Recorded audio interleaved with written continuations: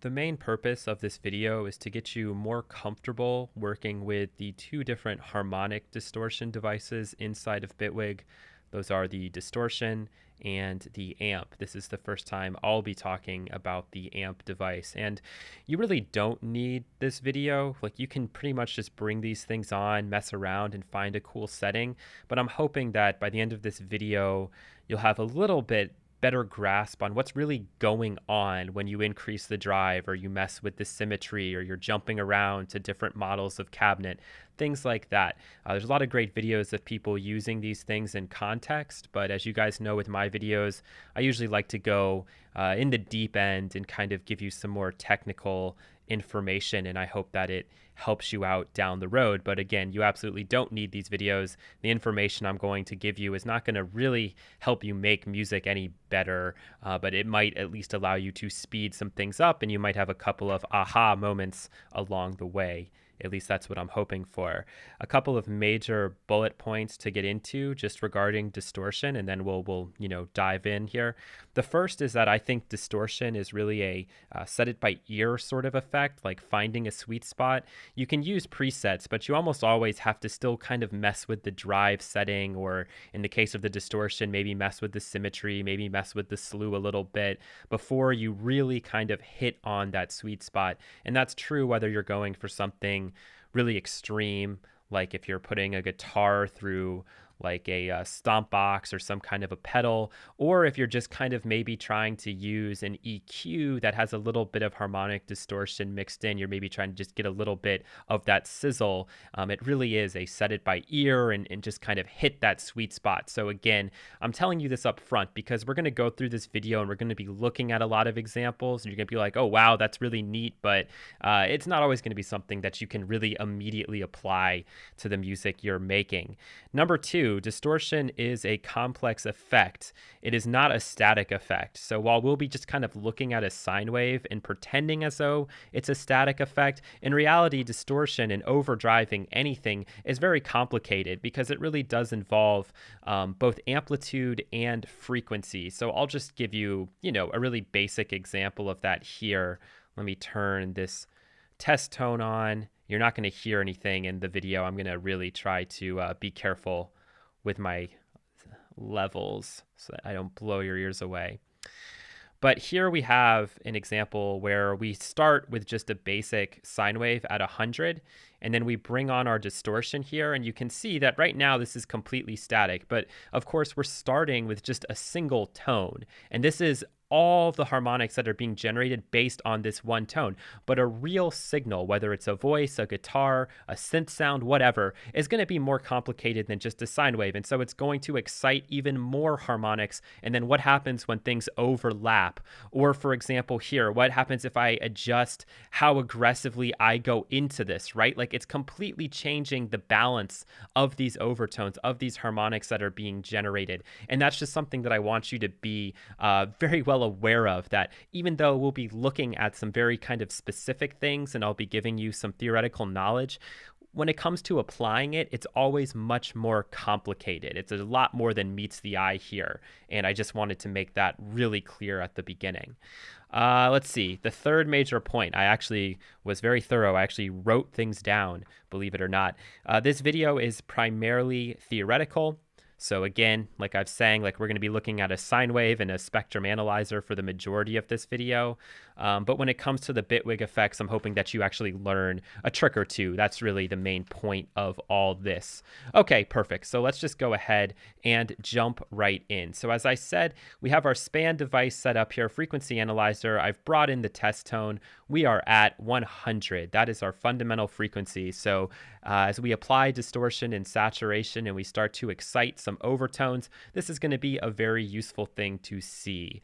Now, the very first thing that you really need to understand is that there are even and odd ordered harmonics that can be generated depending on what sort of device or what sort of amplifier you are overdriving. And so it's great for us to go ahead and start with something like ozone here, where we get these different options. I have warm, retro, tape, tube, triode, and dual triode. So let's start with warm, for example. And as I bring this up, we're going to see the balance of harmonics that are generated. So we can see right off the bat, we have even ordered harmonics as I start to bring this in. And in the diagram here, it's obviously extending below 78 dB. So there's more that's going to generate as I drive this in harder. But even ordered harmonics would be 100, 200, 400, 600, 800, 1K, etc. Odd ordered harmonics, 300, 500, 700, 900, and going up the line like so. Now, the balance that you actually will see can vary depending on the model that's being used. In this case, right, we have this warm model. I don't know what it's actually trying to emulate, but it's only giving us even ordered harmonics. And as far as I know in the real world, I don't know if that really exists. A tube is going to give you even and odd ordered harmonics. Anything solid state is going to give you odd ordered harmonics. But here we have something that just allows us to generate even order harmonics, more of like a true exciter.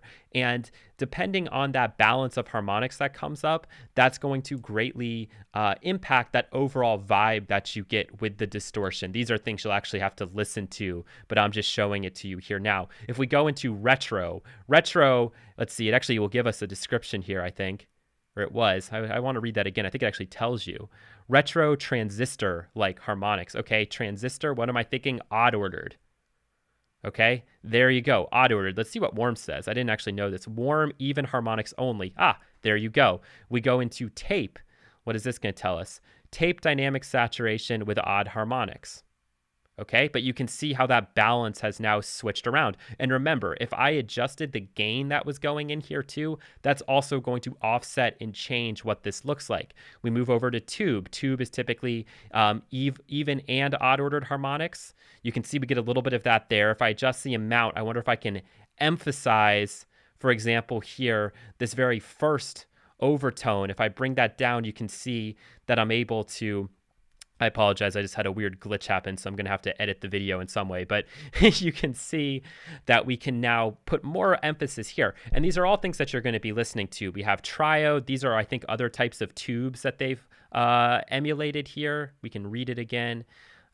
Yeah, a triode circuit modeled tube exciter, a dual triode, same idea. We can see how that balance changes, and obviously we can get more aggressive with it depending on how we bring things in and out. So remember that something like ozone, while this is considered a like mastering sort of effect, you can use it on any source material and get all sorts of interesting overdrive effects, and they can be actually a bit more subtle. That's one of the ones that I actually go to all the time. Speaking of triodes, okay, the next thing we're going to look at, this is just a very basic tube that has been modeled, and it's been modeled very well. And you can see with oversampling enabled and all of these things, let's put high CPU on, that it does completely kind of change around the balance here. So there's an EQ, but we also have our input and our output.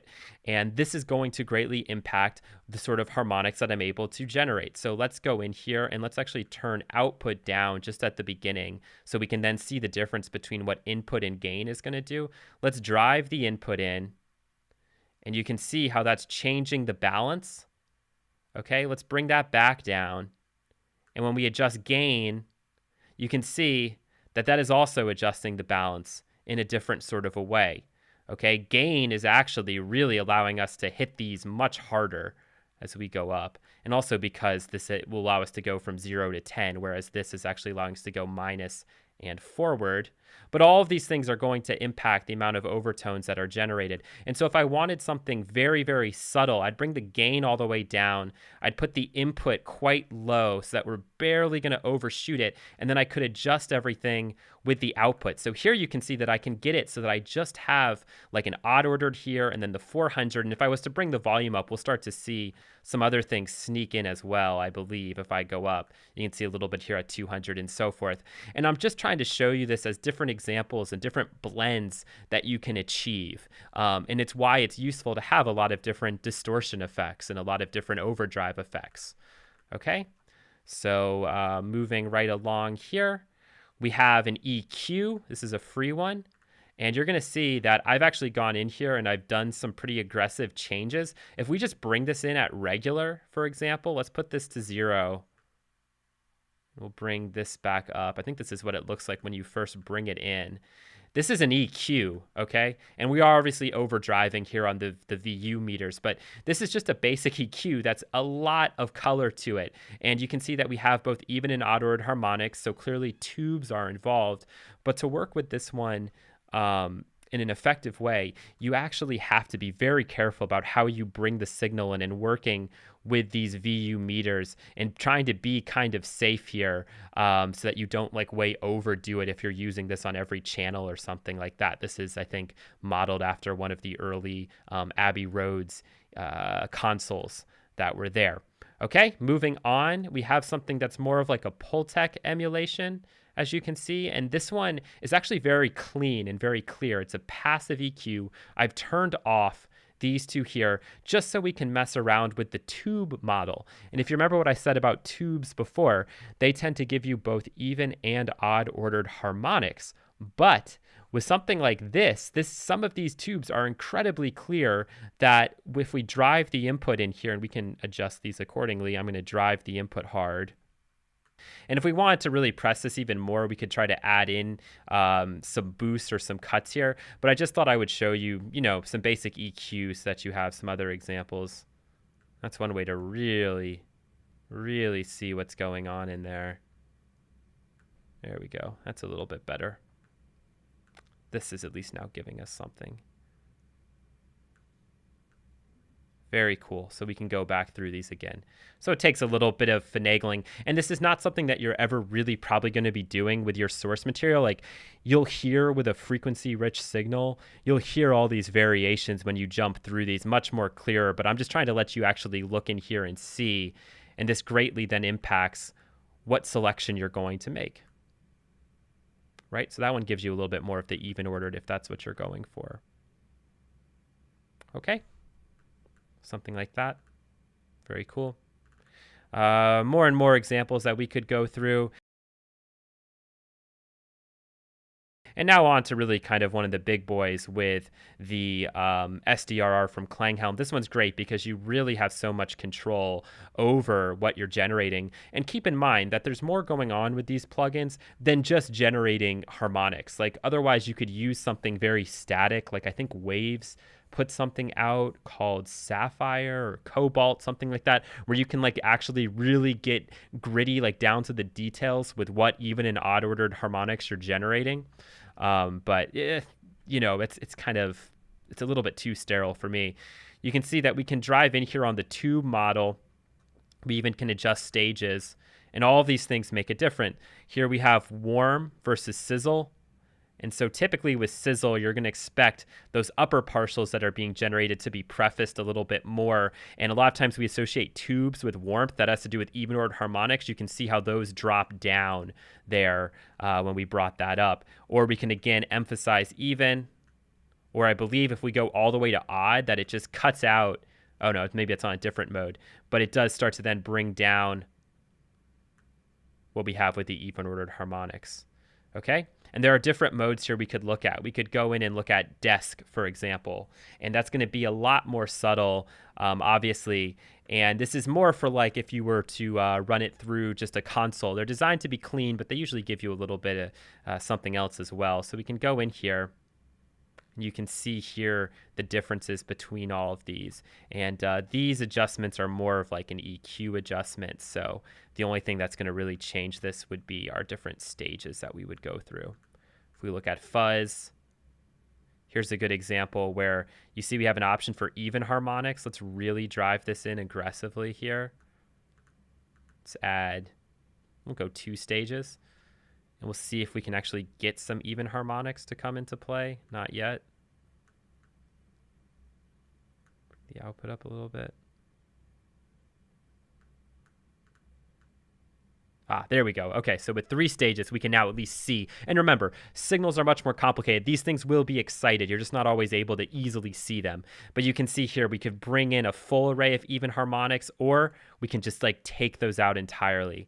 This is what I really love about this plugin. You get so much control, and it's cool to look at it and see it, but obviously this isn't how you're going to be working with it in real life. Speaking of desks, we have like here, this is probably my favorite plugin from Waves, is the NLS Okay, and so you get these different models of consoles that you can go in, and you can even overdrive these further. Obviously, we're coming in kind of hot already, and I usually like using this one here, and that's because it's the richest. You can see with the harmonic balance that's made up.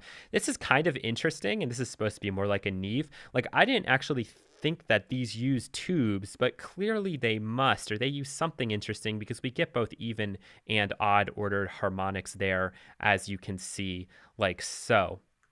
All right, so that was just sort of a quick walkthrough on some different types of harmonic distortion. And again, they all sound different because there are different parts and components being used.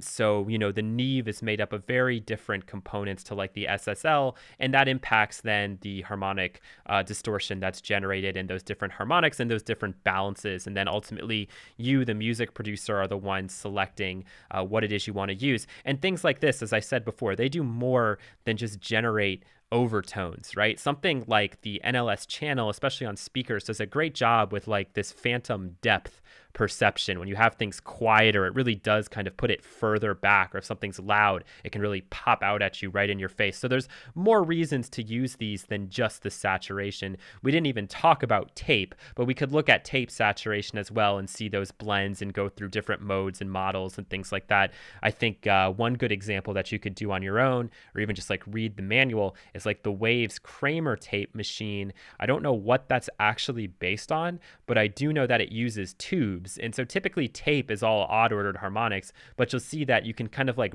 bypass the tube stage, or you can bring it in and you'll see some even harmonics also start to pop up.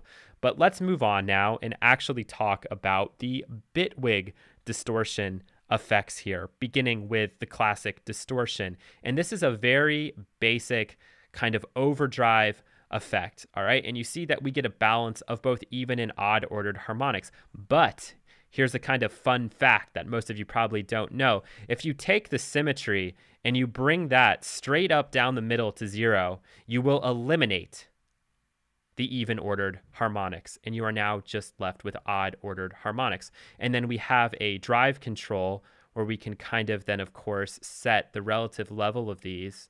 You can bring this way back down to just a little bit, and you can now get something very subtle if that's what you're going for. And we can bring the level of this up.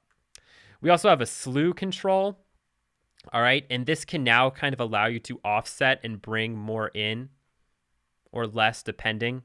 Eventually you get to a point here. You can sort of start to bring this up.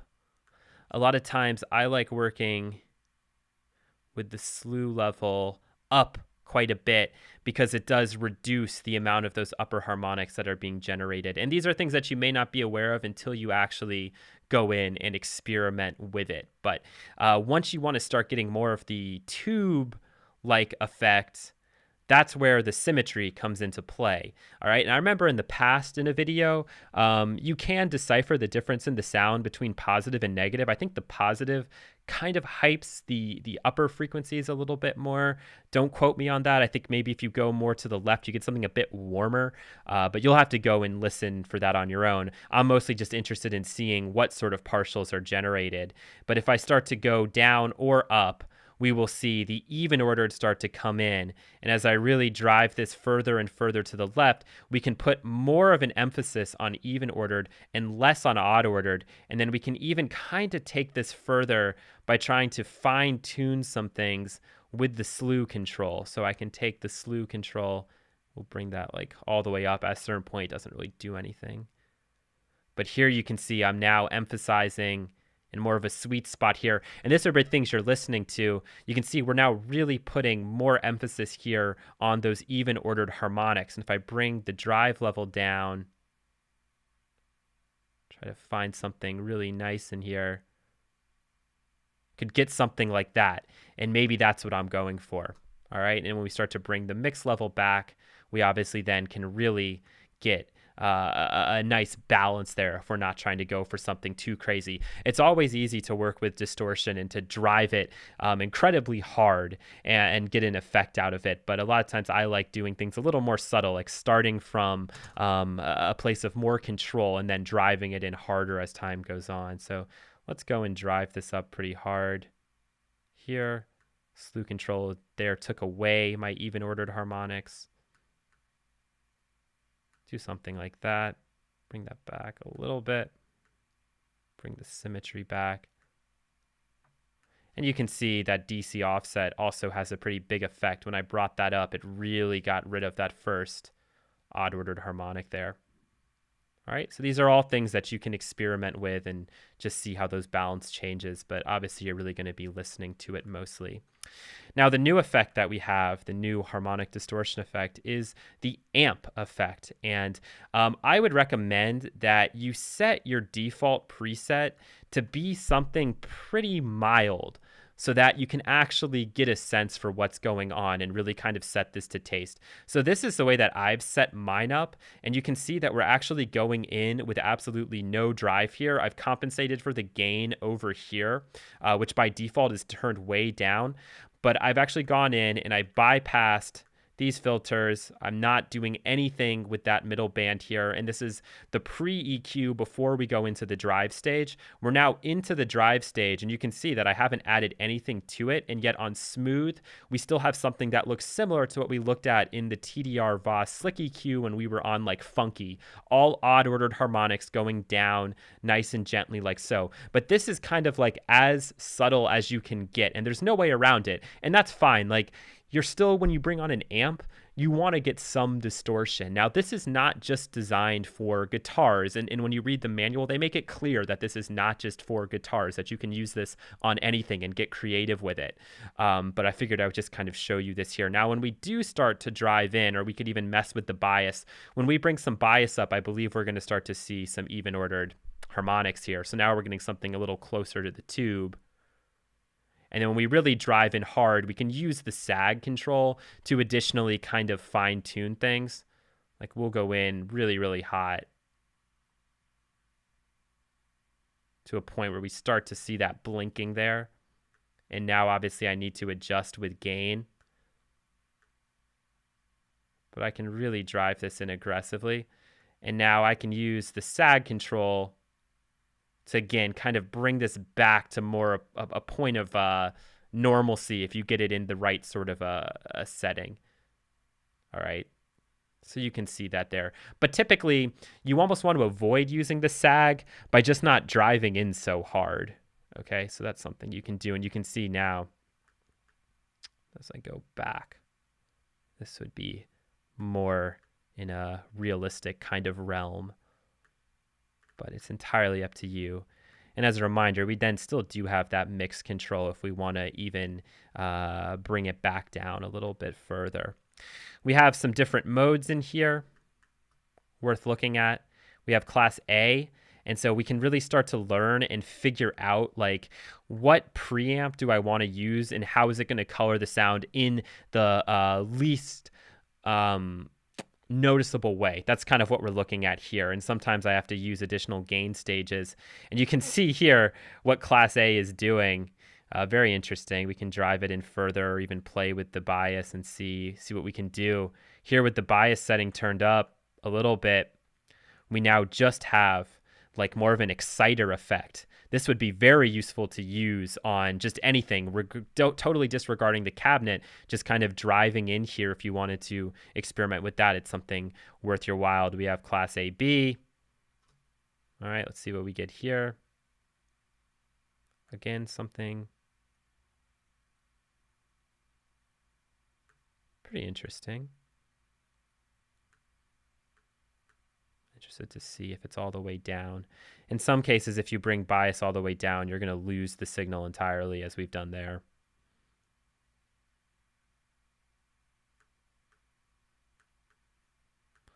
But you can see I'm such a nerd that these are the sort of things that really get me excited. And then these other ones are more experimental, and you can obviously look at those in your own time. I just thought it was kind of worthwhile to show you that. We then have a post EQ stage where you can further shape things. It's again going to be the entire signal that you are shaping, not just what's happening with the drive, for example. Like you're not tuning these harmonics in any way. You're adjusting the entire signal. And then you run into the speaker cabinet, which you have an option of completely bypassing here, or you can use it. And that's more of like a spatial effect. So it really is like what happens when you bounce your sound around inside of a large speaker cabinet. And we will do one practical example where you'll be able to listen to that. And then we have these different modes that if, for example, color is turned all the way off, and you'll see that when I bring this in, that it will actually impact the balance of these ever so slightly. And it makes sense because the signal is now bouncing around where like things are coming in and out of phase with each other. You even have a phase switch here. When we adjust the size of this thing, that's also going to put all of that into whack to some degree. Things are just going to set by ear. Reflection is actually a really fun one to just listen to and play with. But if I don't bring any color in, if I jump through these, we're not going to really see much of a difference here at all. But when we start to bring in color, that's when you're really going to see that and you're going to hear that. So let's go to another example where we'll look at and talk about what the color is actually doing. All right, so here I have a little bit of pink noise playing. And you can see in the span, I have adjusted things so that we pretty much get a straight look across.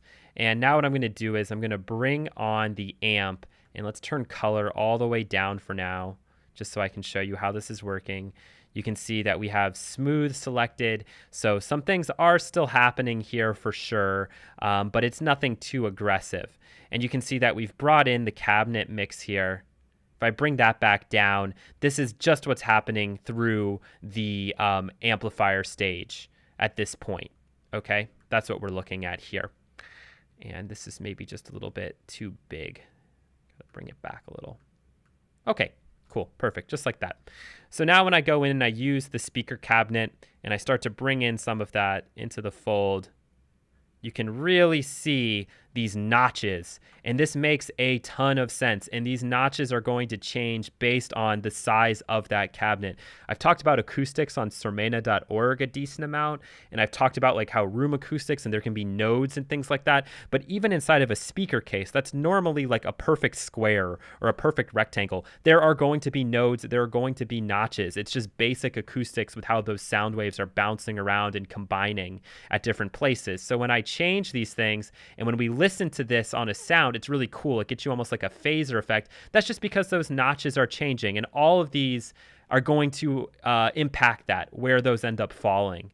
And the reflection can really be the aggressive one here. As you can see, at 60% reflection, we're really forcing that in. If I bring that back, it's going to be a little more subtle here with where those notches and nodes are occurring. And it'll be interesting, like if we set these all to be the same thing, I would imagine some pretty steep things. So let's like bring this to 30. Very cool, right? Very, very cool. All right, just something that you can experiment with if you want to create like that perfect sized box and how that's going to impact the sound. But the main point of all of this, actually has no effect at all. Very interesting. Okay, that will be a discussion for another day. I've just stumbled across something that I need to actually like go back and think about. But when we bring this mix in, right now, if I jump around, it really should make no difference, because I don't have any color being selected.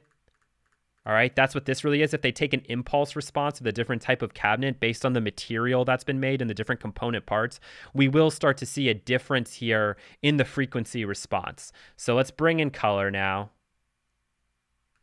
All right, and now let's look and see what happens as I jump through these. Some very different things are going to happen. Okay. And this is just worthwhile for you to know. That looks pretty similar to A, doesn't it? Or maybe it was B.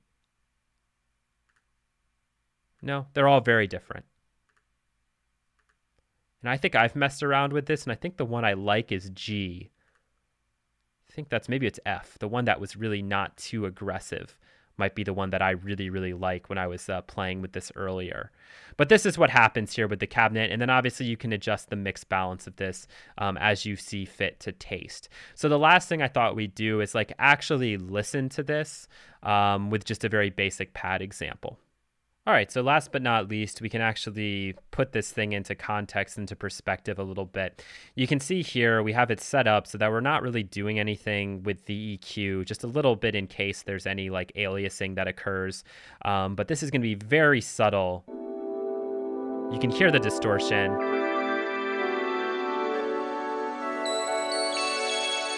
But it's nothing massive. If anything, it's just a nice little character effect.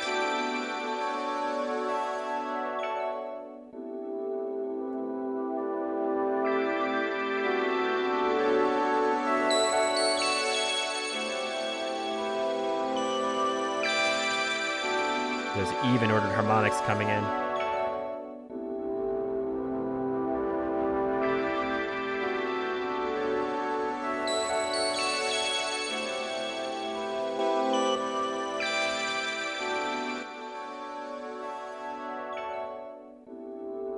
And one other thing to mention is what makes the Bitwig devices so great is that they're so flexible, right?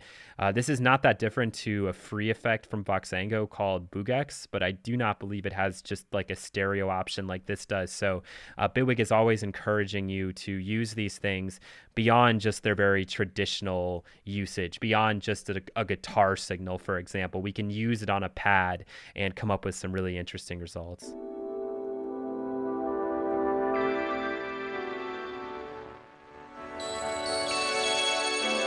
So in this case, bringing bias up actually cleans it up.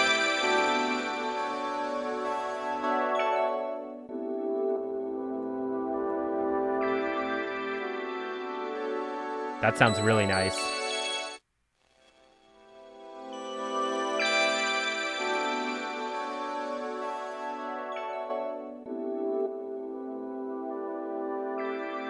Cool. Now we can go over and mess with the cabinet.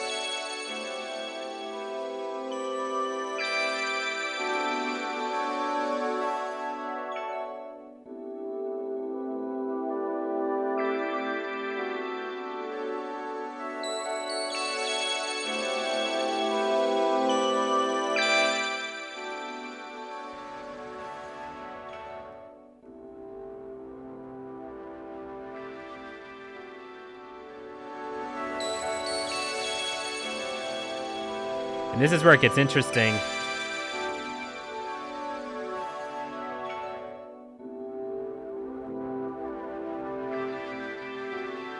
Remember that you can modulate this.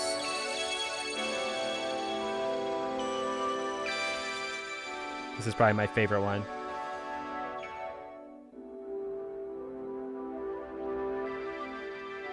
So imagine having all three of these being modulated using some kind of a modulator in here.